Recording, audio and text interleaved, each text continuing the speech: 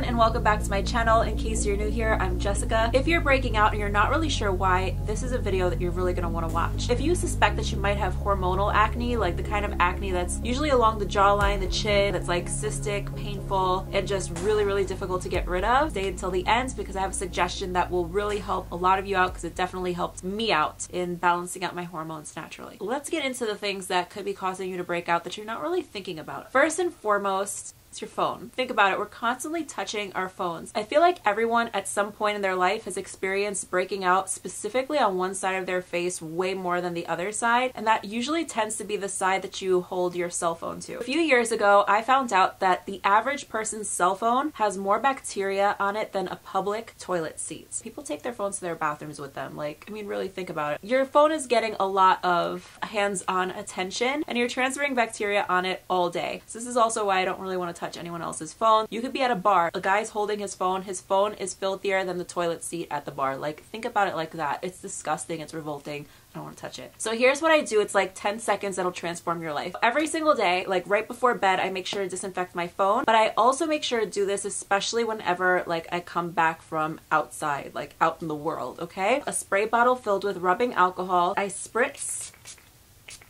both sides of the phone, take a tissue, and then you just wipe it down. It's literally this easy. I keep a spray bottle right next to my bed so I don't forget at night. Because think about it, you're getting into bed, you're touching your phone. We're not supposed to, but we're on our phones before bed. Let's get real. So you're touching your phone, you're touching your face, you're touching your pillow. Like, do you really want something that has potentially as much bacteria as a public toilet seat in bed with you? Probably not. Other things that you might want to be disinfecting that you're touching throughout the day, such as your computer keyboard, sunglasses, eyeglasses, and pro tip, like even disinfect your headphones, especially if you have the ones with wires and stuff. Like, I've cleaned my headphones and I was like amazed at how much makeup ends up coming off because the wires are like rubbing against my face. It's just clean it. The next thing, sheets and pillowcases. I personally like to have my sheets cleaned at least once a week. Clean, crisp, fresh sheets are like heaven for me. They're like one of the great pleasures of life for me. Even if, like, let's say you don't have the luxury of having a washer dryer in your home, I would then recommend at least getting like an extra set of pillowcases so you could just wash them all together and at least switch the pillowcases out, you know, in between washes and things. But also what I like to do is I'll just take my pillowcase and flip it. Like, after a few days, I'll flip it over so I'm using the other side of it. So that definitely helps a lot. This is something that not a lot of people talk about, but can make a really big difference, especially if you're somebody who also like has hair product in their hair. You don't want to be sleeping with product in your hair. I know sometimes it happens because you're not washing your hair realistically every day, and a lot of people really like to use hair product. If you can, tie up your hair and maybe like put some kind of like a bonnet or wrap something around your head. I don't know if you have to look like a psychic. Do what you gotta do. It's best to keep those things from getting onto your pillow and then onto your face, because that's also something else that could be causing breakouts. But also something that not a lot of people talk about. So like, let's say you're going over your boo's house, right? And like things are getting nice and hot and steamy, whatever. You're going to the bedroom. You don't always know how often people are washing their sheets. And depending on the status of your relationship, you don't realistically know whether maybe some other bitch had her face up on those sheets.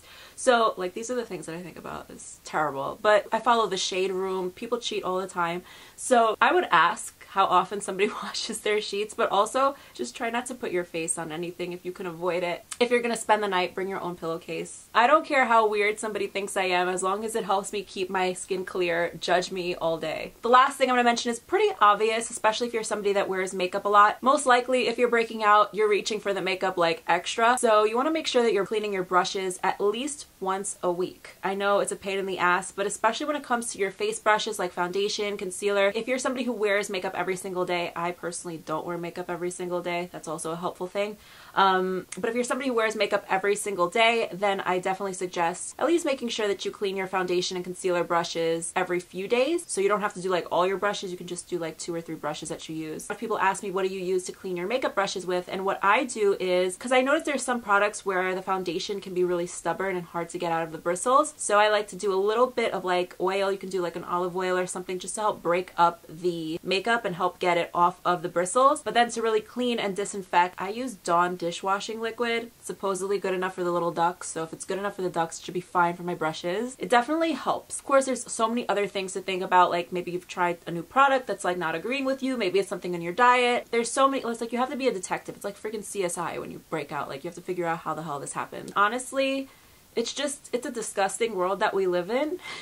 As a recovering germaphobe, I could tell you it's a really gross world, so there's things that you want to definitely think about that could be potentially causing you to break out. If it's hormonal acne though, you could tell what kind of acne you have based on where you're getting the most breakouts, like the most frequently. So if you're breaking out like around your jawline, around your chin, in this general area, this lower part of your face, that tends to be hormonal. And that's the kind of acne that I mainly have.